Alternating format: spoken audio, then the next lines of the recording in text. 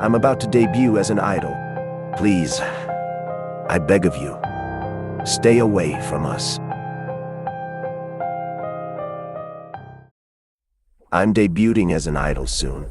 Born in South Korea, I've wanted to be an idol ever since I was a kid. Luckily, one of the top talent agencies was secretly scouting for a multi-gender, English-speaking group to rival new-gen groups like Stray Kids and New Jeans. I've been a fan of the older groups since I was young. My mom was a huge fan of older gen groups like Big Bang and Girls' Generation, so they were always on TV when I was a kid. BTS, Blackpink, etc. I grew up in the US obsessed with them. When we moved to the US, I took dance classes every week to improve myself. After graduating high school, I planned to move to Korea to stay with relatives. If things didn't work out, I'd head back to the US. Now, at 25, I know that's considered old for an idol. I'm still not sure how I made it through. I auditioned because it was my dream, but I wasn't expecting anything to really come out of it. I mean, my singing and dancing was subpar, and I barely met the beauty standard. I remember the audition was cruel. The judges were too honest. They weren't judging people. These guys were insulting them. Overweight, disgusting, pig, terrible. I almost walked out. Twice. However, my group all managed to pass without even performing. There were 4 of us, thankfully in my age range, early to mid-20s. I'm going to be substituting names due to NDAs in place. Min, a bubbly singer from Thailand. He was reeling into animals. His whole camera roll was his dog from back home. Min was sweet. Jay, the youngest, a scowling British guy who brought a book to read while we were waiting. Initially, I thought he was an asshole, especially when he ignored others' attempts to talk to him, shooing them away with an uncomfortable look. But he was just really awkward. When he actually started talking, Jay unintentionally made me laugh. His icebreaker with me was, "I haven't left my room since I graduated college." I laughed, but he looked pretty serious. Then he went off on a weird tangent about League of Legends. I didn't know what that was, but he seemed really into it. Finally, there was Winnie, an Australian model who arrived late. But because of her looks, she was the one receiving apologies. I watched as fully grown men insisted on grabbing her, telling her how beautiful she was. Winnie had a resting bitch face, so I immediately kept my distance. When she came over and introduced herself, I found myself unable to stop talking to her. She spoke like she was on fast forward, but that was what made her endearing. Winnie had no idea the whole room was staring at her, and only her. Min seemed intrigued by her, the two of them immediately connecting. Jay gave her a wave, offering his seat, since there were none left. I keep thinking back. Was it fate that we all met beforehand? There were around 200 people auditioning, and out of them, only the 4 of us got through. It's not like we had connections. I was from a relatively poor background. Min and Jay had part-time jobs to survive, and Winnie was walking around with holes in her shoes. All of us were, and still are, unknown. I kept going through it in my head. How did we pass? What made Aegeus better than others? To put it simply, lookism. Korea is obsessed with beauty. They didn't see our talent. I don't even think I wanted a talent. They saw faces they could endorse and capitalize on. At the time, I wasn't complaining. It was a compliment. It's nice to be called pretty. Jay was admittedly gorgeous. His accent was the icing on the cake. Min had boyish charm and a baby face I knew would sell. Winnie was self-explanatory. Whenever the 4 of us entered the room, all eyes were on Hori. Our looks had already sailed us through, and I don't think I believed it was happening for a while. It only fully hit me when we began training, and as a trainee, I came to realize there was no such thing as key eating. I thought it was just junk food initially, which was understandable. Mom sent chips and candy in a huge comfort package for all of us to share. only for our manager to trash it right in front of us. I don't mean she threw it away or confiscated it. I mean she dumped the package in a trash can and set fire to it. No, I'm not joking. So, no junk food. I could understand that to an extent. During my first month as a trainee, I counted almost 15 times a food item had been snatched from my hands, and it wasn't even bad food. I was eating carrots and celery sticks to keep me going, and the next thing I know, the bag is in the trash, and I'm being forced to my feet to complete 100 push-ups. It wasn't just me. Jay made the mistake of eating a candy bar. I had zero idea where he'd gotten it from. The guy managed one singular bite before he choked on the rest. Under the pretense of he's choking, the candy bar was taken off him. I wasn't sure if it was Jay's failure to chew or the K-pop gods sending down their wrath. He did get it back, after it had melted and hardened in our dance instructor's pocket and was basically fucking inedible. We shared an apartment and the refrigerator was empty. When Min attempted to go grocery shopping, he was stopped in the middle of the street.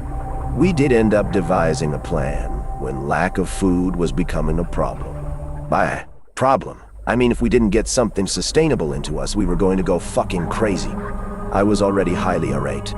I couldn't concentrate on training, because all I could think about was food. Jay, who had a short fuse, was argumentative, getting into fights with 2 dance instructors. His behavior was completely out of character, and it was because the guy hadn't eaten anything in days. Conveniently, training sessions ran through lunch, and all we were allowed was a limp-looking salad with a grand total of 3 lettuce leaves. There were no carbs, no real vegetables or dressing, or anything to at least keep us going until dinner. So, I drove half an hour in a random direction to get management off of our tail. The plan was to buy as much food as possible and smuggle it in a storage container only we knew the code to. I don't mean buying candy and chips and shit that will screw up our health. I mean healthy home, cooked meals that we could survive on. However, the second I jumped out of my car in front of a community-owned store, our manager was standing in front of me. He was gentle, offering me a candy bar, like I was a fucking child. But he did usher me into his car, not so subtly locking me in. According to him and his higher-ups, we were deemed the most visually captivating group. Min stood tall and athletic, his handsome features sculpted to perfection. Jay possessed a flawless jawline that drew attention effortlessly, while Winnie's figure was described as a once-in-a-lifetime opportunity. I was told my eyes were what sold me. I could entertain a crowd just by looking at them. I could captivate a whole concert hall. Eating meant piling on weight, and weight meant failure. Still though, whatever excuses he had didn't stop us from eating at every opportunity we had. Waking up every single day with an empty stomach, dragging ourselves to training and eating 3 lettuce leaves was unsurprisingly putting a toll on us. We got into fights over the tiniest inconveniences. Min tore my head off because I used his body wash by accident. Jay and Winnie had an argument over who was using the sofa bed after 24 straight hours of grueling training, where we were allowed one single 5-minute break. Min and Jay got into heated arguments over stupid shit that didn't even matter. I ripped Winnie's head off when she used my toothbrush. 6 months in, Winnie tried to leave. I can't do this. She broke down to us one morning, and we were her support network. I hugged her, and the boys joined in, wrapping her into a comfortable cocoon. Korea called Winnie beautiful, healthy, glowing. I had another word for it. When she tried to leave the training room, the girl was gently apprehended, and when she asked our manager for something other than salad, he gave in and ordered a child-sized bowl of rice. Winnie ate like an animal. The rest of us watched her, ravenous. I was exhausted, insatiably fucking hungry, and losing my mind. I would not regret tearing it out of her hands and eating it myself. Training was becoming more demanding, and we were starting to lose our minds a bit. It felt like we were slipping into a Lord of the Flies scenario. There was a strict rule against intimacy with fellow group members. One night at 3 a.m., I stumbled upon the others in an awkward threesome on the couch. Exhausted and possibly hallucinating from hunger, I didn't think much of it. The next day, at a later time of 4 a.m., after another 15-hour grueling training session, I found myself collapsing onto the couch with them, and one thing led to another. I ended up joining in. We talked about it, each of us agreeing it was nice. But there was no way we could continue something so special while we were trainees. There reached a point when my manager's words were no longer registering. I awoke every day at 5 a.m. after 3 hours of sleep. I went over choreography until my body was aching. My thoughts reduced to mush, but I always had one goal in mind. Debut? I was stopped in the middle of the street by a kind woman who told me I was beautiful. She hugged me and gave me 2 granola bars. I ate the first one so fast I couldn't even remember the taste. I saved the rest to share with the others. I did each a tree to share it. My group mates were barely coherent after we were forced to repeat the choreography 26 times because Jay kept stumbling. It wasn't that he was a bad dancer. He was too tired. We were all so fucking tired. When I showed them the food, they barely reacted. I wasn't expecting the higher-ups to enter the studio when I was pulling apart the bar and offering pieces to them. Our manager didn't snatch it away, thankfully. I ate that fucking granola bar right in his face. However, he did extend training by 3 hours. I wasn't the only one struggling. Min was losing color in his cheeks due to lack of sleep, and somehow it was his fault. Min didn't even eat salad after that. Instead, while we were all eating our 3 allocated lettuce leaves, he went to the gym. In his words, "I'm going to work off all of the calories." What calories? Somehow, keeping to the body had actually paid off. We were set to debut. Not publicly, but in front of the industry higher-ups. The night before, however, we decided to treat ourselves. McDonald's. I suggested it when our manager went out to dinner. For once, he wasn't stalking us, and neither were his entourage of guards. I ate 2 triple cheeseburgers and 3 helpings of fries. Winnie downed 4 burgers somehow, and 2 sodas. The guys were hesitant at first, but once they started eating, they couldn't stop. I'd never seen them so happy, and at that moment I actually felt like a normal person. Afterwards, we grabbed drinks and snacks, constantly looking over our shoulder to see if we were being followed. We were not. So, when we got back to the apartment, we indulged in soda and chips. I went to sleep happy and age-full for the first time in months. It's crazy how good a proper meal can make you feel. I was woken up, however, maybe a few hours later, to violent retching. Dying Dortmund. It's not out of the ordinary for a trainee to wake up to vomiting. It's pretty normal for trainees to purge at night and then get rid of any evidence. That is what I figured was happening. But I could hear him crying, his sobs echoing down the hallway. After a while of sitting up in bed, half aware of my muddled thoughts and a sharp pain in my lower gut, Winnie stumbled into my room, hysterical. "It's Jay," she shrieked. In the dull glow of my bedroom lamp, her cheeks were sickly white. "There's something wrong with him." Winnie covered her mouth suddenly, before she threw up all over herself. I could hear Min choking in the hallway. Coughing quickly morphed into barfing. Food poisoning, I thought, my own stomach lurching. I could taste it, a sudden rotten slime slowly inching up my throat. Surely, it was the fast food we ate. Those burgers. They did taste weird, but I thought it was just like spicy mayo. I didn't make it to the bathroom, dropping to my knees and spewing through my hands. Whatever it was, whatever we had, did not agree with us. I had body aches that made it impossible to move, to even breathe. The next 24 hours were horrific. I spent the entire time running backwards and forwards to and from the bathroom, crashing into the others like a fucking cartoon. I couldn't keep anything down. Bottled water just came back up, tea and honey, Gatorade, even anti-sickness meds. I was delirious, hot and cold, and then somehow not feeling it all. I passed out on the bathroom floor, my legs entangled with Min. He muttered something along the lines of lawsuit because those burgers had made us really fucking sick. At some point, I was in the shower, trying to cool myself off. But I was so hot. Lawsuit. Min was singing, half delirious, curled into a ball. Lawsuit. Fucking lawsuit. His voice felt like a pickaxe knocking against my skull. Min. Jay's voice was a relief. I thought he was unconscious. Shut the fuck up. But it's a lawsuit. I heard something hit the wall behind Min. Maybe a book. From Jay's direction. Min's delirious chanting of lawsuit came to an end. The shower was too hot. Then it was too cold. And then it was burning my skin. I felt like my skin was peeling off. My blood boiling in my veins. My brain coming apart. It was like being set alight. I was half conscious. I only remember tripping over Min's outstretched legs, triggering a far weaker, mumbled, "Lawsuit." I collapsed into bed, my body twisting and contorting. It didn't feel like a virus or even gastritis.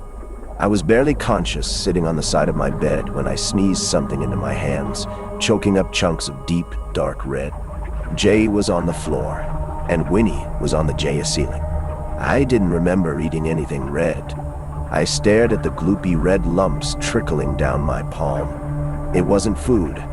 I had already brought up the entire contents of my gut. This was too warm. It was lumpy and bright, staining my hands. All of it. I want you to bring up everything, Sonny. The voice came from behind me. Something was behind me. I could see its inhuman, bulging shadow. I felt its slimy, wet fingers rubbing circles on my back. "Do you want him to be an idol?" the thing demanded, its tongue flicking out, licking my neck. "It's hungry. It wants to eat. It wants to feast." The voice dropped into a monstrous snarl. I could feel warm saliva pooling down my neck. "Will you feed it?" "I think in my state," I screamed. "Yes." The others echoed my cry. I found myself repeating his words, the others joining in sync. "You do not need to eat. You need to feed it. We do not breathe, sleep, think. We feed it. It."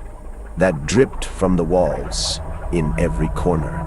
Masses of writhing flesh closing in on us, gnawing mouths twitching wider and wider. Its voice inside my head demanded more. It wanted more. It wanted to feast. Min was slumped into the wall, opposite me, his head hanging, half-lidded eyes glued to what poured from the walls. What was swallowing us up? Jay was gone, his body devoured by writhing mounds of flesh, red, slithering amalgamations spilling into the room, swallowing Winnie whole. It looked like the inside of a human being, without the skin. It told me not to be afraid. But I was already scrambling back on my hands and knees, watching it chew through my friends, merciless, slimy mounds ripping through their flesh. Its breath, hot and sticky, curled against the back of my neck, and I think I gave up. I pressed my cheek to the cold bathroom tiles and curled in on myself. I let it seep through the door. Let it spill into my mouth and nose, filling my lungs, stealing my breath, stealing my will to breathe. I can't remember anything after that except waking up, covered in warm slime slick on my arms and legs, already hardening between my fingers. I tried to push through, but I couldn't move, half aware of my body contorting beneath me. I lay there for hours, watching Min's arm break through hardened, crystallized slime. I could see Jay, or what was left of him, poking from a bulging mass of flesh. I didn't feel sick anymore. I didn't feel anything. The sheer exhaustion and fear sent me into a deep sleep. Min woke me up with a sheepish smile, but his eyes were hollow. Sunlight was pouring through the windows, and he was already dressed for the day. Crazy dream, right? He laughed a little too hard and ran back to the bathroom. But it wasn't a fever dream. If it was, we wouldn't have shared the same one. I could still see the markings on his arm. where written had consumed him, head to toe. I pointed them out, and he just shrugged, smiling, saying, "I probably slept weird." Neither of us wanted to say the obvious. Those markings on his arm were fingers. I had them too. A doctor came to see our group, diagnosing us with food poisoning. But I'm pretty sure food poisoning can't cause significant changes to appearance. The boys were somehow glowing, their figures too perfect, almost surreal like looking in a fun mirror. Min's baby face was exactly what they wanted, as if it had been meticulously structured and molded. Jay looked ethereal, but beauty like him shouldn't exist. Yet, somehow, it did in idols. It was forced beauty. Manufactured and tailored beauty that wasn't natural, wasn't normal. Jay was already pretty. He already met the beauty standard. So why did they insist on turning him into this? Into someone I barely recognized. Winnie was aimed too thin, to the point of looking like a fragmented reflection. Her skin was so pale, sickly, and lacking color. My eyes were no longer my only defining features. I had a body that moved gracefully, allowing me to twist it to fit any choreography. I forced down a cupcake and threw it back up. I tried water to wash out my mouth and threw that up too. This wasn't happening. That's what I kept telling myself. There was no way my body was just rejecting everything. I went crazy as soon as I figured out I couldn't keep down anything I ate. Pasta, bread, meals, noodles, soda. Nothing. When I manage to stuff something down my throat, my stomach immediately revolts. It's not just appearances that have changed. The others are acting weird, like they're permanently high. Personalities too. Jay has switched from an awkward guy with a friendly smile who I had grown to love, to someone who wouldn't even look at you if you weren't on his level. Min brought a girl home 3 nights ago, but I didn't hear her leave at any point. I asked him before training, and he just shrugged with a clueless smile. She stayed for dinner. I nodded slowly, suddenly conscious of him talking about dinner, which meant he was dieting. "Why didn't you invite the rest of us?" I asked, dumping my backpack on the ground next to his. "What did you guys have to eat anyway?" "Just food," he said, shooting me a grin. His cryptic behavior was starting to drive me crazy. "Okay, so want food?" Min didn't answer, only pressing a finger to his lips with a smirk and dancing away. "Are you guys dating?" I asked, waiting for his snort. His laugh was more of an ironic sputter. "Trainees can't date." He's gotten really good at dancing, almost to the point of it looking inhuman. Min's backflips are effortless, his body moving like flowing water. I stayed at the studio late that night and made my way home around midnight. When I pushed through the door, Min and Jay were in the kitchen. Winnie was on the couch. Ego surfing, probably. She can't do it publicly yet, so Winnie scrolls through what fellow trainees are saying on our shared group chat. The girl offered me a quiet greeting, her gaze glued to her phone. Since our manager finally let us have our phones back, my friend hasn't let go of hers. She was a little bit too obsessed with others' opinions. After being named the faces of our group, Winnie wanted to keep it that way. "Hey, Sonny," Min shouted from the kitchen. Jay sat on the countertop, swinging his legs, his eyes glued to the pan. "Do you want to see what I'm cooking?" I nodded, curious. I headed over to what was bubbling away in the crock pot. Meat. Min leaned close, and I caught a smear of tomato sauce on his shirt. "Smells good, huh?" It did. I couldn't keep the smile off of my face. Beef stew, I figured. There were dumplings and vegetables to go with it. We all sat down, and I ate something surreal for the first time in weeks. It was perfectly chewy and melted in my mouth. And the best part, I didn't throw it back up. In fact, I was hungry for more. So hungry, in fact, that I decided to grab leftovers when the others were training. By now, my mouth was watering. I could still taste this stew. It was the best thing I had ever eaten. It felt almost nostalgic, like a home-cooked meal from back home. I wanted more. However, the refrigerator was empty, bar a few cans of beer and some old cheese I remember managing to smuggle through a mutual friend. I did try the cheese in a sandwich, only to find myself choking it back up. The only thing I could eat was Min's stew. I figured maybe he was hiding some in his room. That was my half-delirious thought process. But I didn't find beef stew.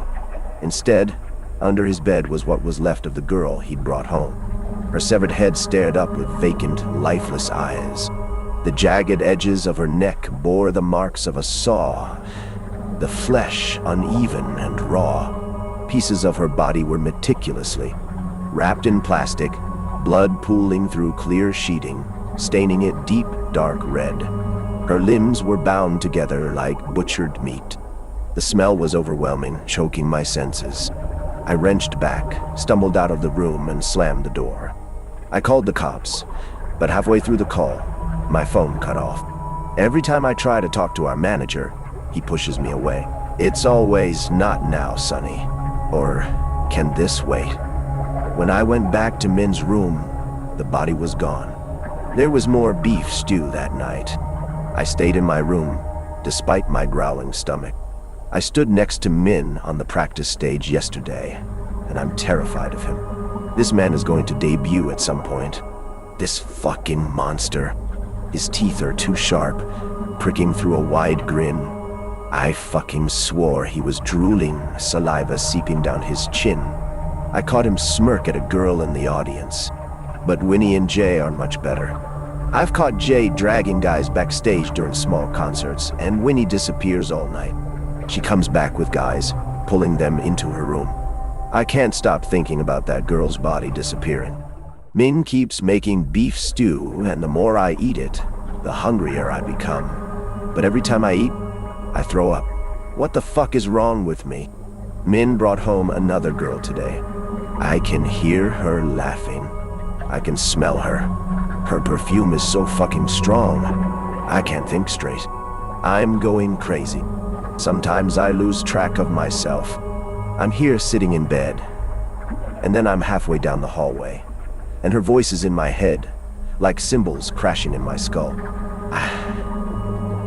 I can't get her smell out of my head. Music is helping so far, but I don't know how long I can deal with this. I'm so hungry. I'm eating chips right now, but they're not staying down. I keep blacking out. I blink, and then I've somehow moved. I'm further down the hallway, my head trapped in fog. Jay joined me last time, his vacant eyes glued to the lounge door. He caught my eye and winked. I think he's waiting for something. There was a predatory, territorial look in his eyes. I think he's waiting for the girl's laughter to stop. Jay, Min, Winnie, all of them scare me. I'm terrified of myself. I feel like I'm losing my mind. Every passing day, the people that once felt like family are morphing into strangers, monsters. I caught Min looking in the mirror last night. He pulled his shirt off, and his back was stretched, like his skin was hanging off. Jay didn't seem to mind. He just grabbed a pair of scissors, cutting off the excess. Then, he ran his fingers down his perfect, sculpted body, his lips breaking into a grin. I'm not allowed a lock on my door, so I've pushed my bed against it, barricading myself in my room. So far, I think I'm okay. Please, if you're an Idol fan, stay away from us when we debut. Don't come near any of us. Just stay away from idols in general, for your own safety, because I think the others want to feed it.